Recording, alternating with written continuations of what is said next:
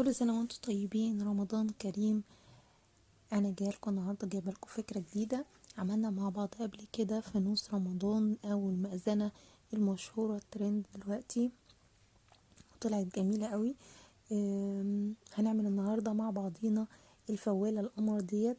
السبب فيها ماما، لان هي عندها فوالة نحاس زغنطوطة عجباني قوي، وكل مرة اقول لها ادهني بس يا ماما، طب شهر رمضان بس، وهي مش موافقة ابدا. فقررت ان انا اعمل فوالة في البيت، وكانت النتيجة بالشكل القمر ده، جميلة جدا والصور فعلا ظلموها. قبل ما نبدأ فكرتنا ما تنسوش الاشتراك في القناة، وتدعموني بلايك وشير، وتسيبولي تعليق وتقولولي ايه رأيكم في الحاجات اللي احنا بنعملها مع بعضينا. يلا نبدأ فكرتنا ونشوف هنبدأ بايه. اول حاجة انا جبت لمبة كانت محروقة عندي، زي ما انتم شايفين كده. اللمبة دي اصلا بتتحرق بسرعة قوي، فبدل ما كنت هرميها فكرت ان انا اعملها اعادة تدوير. هبدأ اقسم اللمبة بتاعتي ديت او افككها ل3 اجزاء.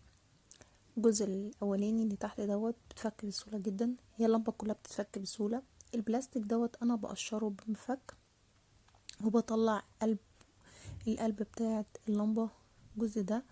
واخر جزء فوق هو عبارة عن مسمار بيتشال، والبلاستيك برضو قشرتها وطلعتها وطلعت لي الجزء ده. تقشيرها خفيف جدا جدا، يعني ما تتخيلوش انها صعبة ولا اي حاجة، ده كل ده وش يعني. هبدأ اشتغل، وعندي جبت سلك الربط دوت، طلعناه من سلك الدش القديم، عملنا بيه افكار قبل كده في القناة.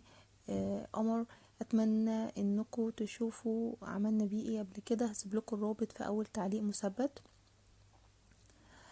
هنستخدمه تاني دلوقتي اهوت.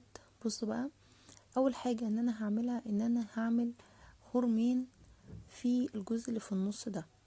هعلم كده خرمين، حتى في شرطة بتبقى فوق كده في اللمبة، اتمنى انها تكون واضحة. انا حطيت النقطتين تحتي على طول يعني، فمش محتاجة دقة، بس انا كل الموضوع ان انا عايزة اعمل 4 اخرام قصاد بعضيهم بالظبط، فهي الدقة في الموضوع في الجزء ده بس.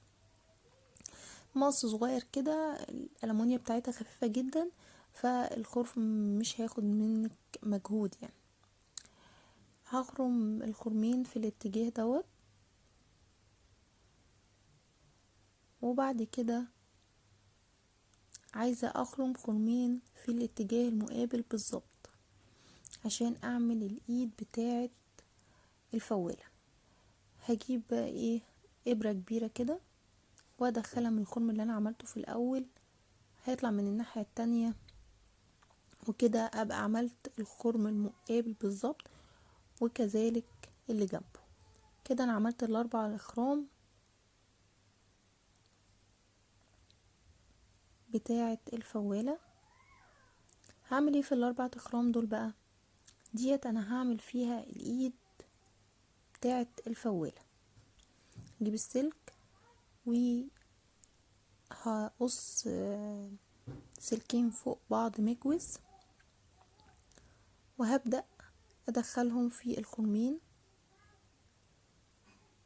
واربطهم من جوه، وانا عاوزة زيادة سلك زيادة جوه.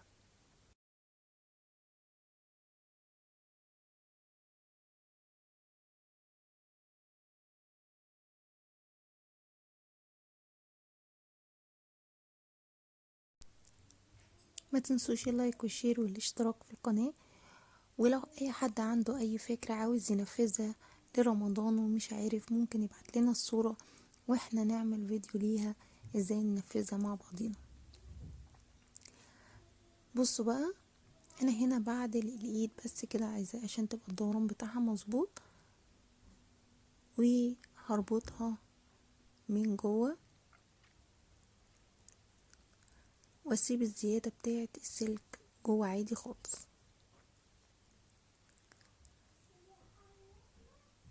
بصوا يعني، شفتوا انا عاملة الزيادة جوه قد ايه؟ انا عارفة ان انا عاملة الزيادة، والزيادة ديت مهمة جدا جدا، هنستفيد منها كمان شوية هتشوفوا هنعمل بيها ايه. كده انا ربطت الايدين الاتنين. شوف بقى هنعمل ايه بالزيادة اللي جوه. اول حاجة ان انا بلزق كمان شمع جوه على الايد عشان ما تتحركش السلك، يعني ما يطلعش وينزل من مكانه. وكمان علشان برضو عايزة اعمل بروز. كل البروز ديت هيفيدني للجزء اللي فوق. الجزء اللي فوق لو انتوا شفتوا اللمبة بعد ما بفكها، الجزء اللي فوق طبعا بيبقى اصغر بكتير من الجزء اللي تحت، فبيبقى فيه فراغ كبير. فعلشان كده الجزء اللي فوق دوت هيرسى على الشمع ده. تعالوا نجمعها ونشوف ازاي. اول حاجة هبدأ اجمع بقى الايه، الدماسة بالشمع عادي خالص، وابدأ اجمع الاجزاء مع بعضيها. ده الجزء الاول اهوت.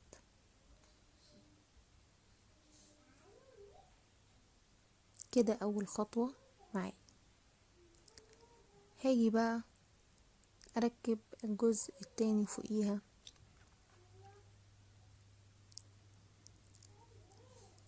هنلاقي ان الجزء اللي فوق دوت اصغر من الايه، من الجزء التاني، فعشان كده هتثبت على السلك والبروز اللي انا عاملاها. تاني حاجة انا عايزاها تبقى مميلة شوية، عشان كده انا فكيت اللمبة. انا عايزاها تبقى مميلة، ما تبقاش مستقيمة. القدرة بتبقى مقلوبة كده صح، عشان يطلع منها الفول، يعني كأن ده الغطا يعني. فاهميني؟ فانا هحطها في جنب واحد، فالسلك دوت والشمع اللي انا حطيته في الاول هو دوت اللي هيديني الميلة اللي انتوا شايفينها دي. اتمنى المعلومة تبقى وصلت. بصوا شفتوا كده، ميلت بقى الغطا بقى بتاع الدماسة بقى يا ستي.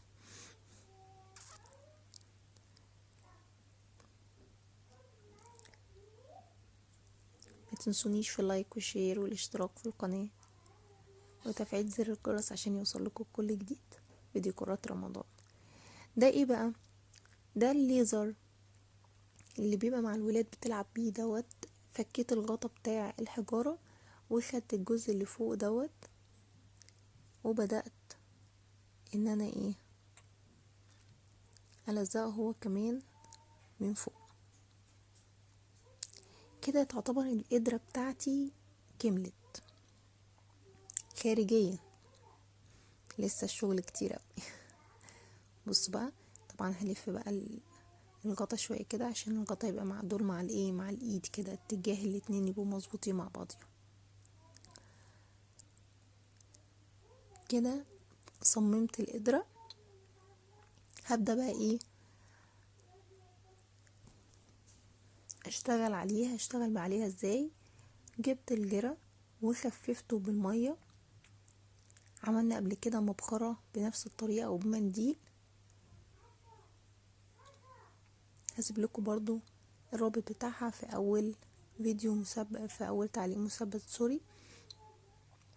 هبدأ امشي الجرة. المهم انه يبقى مخفف بمية، لازم يبقى مخفف بمية. وبفك المنديل، يعني المنديل لو 3 طبقات بفك الطبقات بتاعته. انا عايزة طبقة واحدة من المنديل، بقطعها قطع صغيرة او مش قطع صغيرة. المهم ان انا عايزة كرمشة في المنديل على اللمبة. هنعرف فايدة الكرمشة ديت في الاخر ايه. انا مش عايزة السطح يبقى مستوي. الدماسة النحاس ما بتبقاش مستوية، بيبقى فيها مش تجاعيد، فيها شغل نحاس كده طالع ونازل وحاجات من ديت. فانا عايزة التأثير دوت يبان لي في الشغل في الاخر. فعشان كده بكرمش المنديل بتاعي، بمشي عليه الجرة سواء فوق او تحت. يعني انا بحط طبقة الجرة مخففة تحت، وبمشي بالفرشة برضو بالجرة فوق عادي خالص. المهم ان انا افضي اي فراغات هوا، مش عايزة اي هوا في المنديل. تمام. هعمل الجسم كله بنفس الطريقة ديت، واسيبها تنشف براحتها. اهم حاجة ان احنا نسيب الحاجة تاخد وقتها عشان الدنيا ساقعة. بعد كده هجيب ايه بقى؟ بعد ما نشفت خالص هجيب ورق الدهب. عندك اللزق بتاع ورق الدهب، الزق بورق اللزق ورق الدهب، المفروض ان هو ميسون بيتحط ويتساب ربع ساعة وبعد كده احط ورق دهب عليه. ما عندكيش ممكن تلزقي بالجرة عادي خالص. طب انا ما عنديش ورق دهب، عندي سبراي دهبي برشها بيه. ما عنديش سبراي ذهبي، برضو عملنا فكرة في المبخرة او الرف بتاع الديكوباج اللي احنا عملناه مع بعضينا. ممكن اعمل بنفس التأثيرات والدهان على المنديل، الالوان بتاعته يعني امشي على المنديل بالوان اكليريك مع تأثير المنديل هيديني نفس النتيجة. كل دي بدايل ما تقفيش على حاجة. انا عندي متوفر عندي ورق الدهب، فانا حبيت ان انا استخدمه في فكرة. اما احنا بنعمل اعادة تدوير مش علشان نصرف اكتر، احنا عشان نوفر، فالمتاح عندك استخدميه. ده برطمان صغير، اهم حاجة ان انا اجيب بقى برطمان صغير ورشيته لون ابيض. عندك رش رشيه، مش عندك رش ما ترشهوش، اعمليه بالمنديل زي ما عملنا الدماسة. برضو قصيت بقى البرطمان دايرة من فوق كده علشان يركب عليها الدماسة، وعملت لها من الجنب زي كده نص دايرة او مستطيل، على اساس ان ده بقى الايه الفرن او الشعلة اللي بيستوي عليها الفول. تمام. وبعد كده برضو لزقت عليها ورق الدهب زي ما انتم شايفين كده. بصوا القصة اللي انا قصيتها ديت، طبعا سكينة سخنة على البوتاجاز وبنعملها. طيب ايه ده بقى؟ ده طبعا كلنا عندنا منه. ده الرجاجو، لونه نحاسي، فانا مش عايزة الشغل بتاعي يبقى لونه ذهبي. النحاس بيبقى لونه نحاسي، فانا مش عايزة اللون الذهبي الساطع قوي بتاع ورق الذهب. فكل اللي انا عملته ان انا نديت جرة على ورق الذهب كده، وسبتها قبل ما تنشف بحاجة بسيطة، وجبت الاسبونشة الرجاجو النحاسي دوت، ومشيت عشان تديني تأثيرات لون النحاسي. فكانت النتيجة وهم بأمانة. الإضاءة مش موضحة، بس شغل شكله جنان. انا هحاول اطفيلكم الاضاءة دلوقتي واوريها لكم عاملة ازاي. بصوا في درجات النحاسي بقى داخلة مع الذهبي وكده، ومتعتقة يعني بمعنى اصح، فشكلها حكاية بأمانة. وكمان الاسبونشا لو انت عملتي ورق الدهب بتشيل الزيادات وهي ماشية. المهم ان انا اسيب الشغل ينشف كويس قوي قبل ما اعمل كل الخطوات ديت، اديله وقته. وكانت النتيجة القمر ده. ايه رأيكم؟ انا فرحانة بيها جدا. قولولي رأيكم في التعليقات، وما تنسوش اللايك والشير. كل سنة وانتم طيبين. باي باي.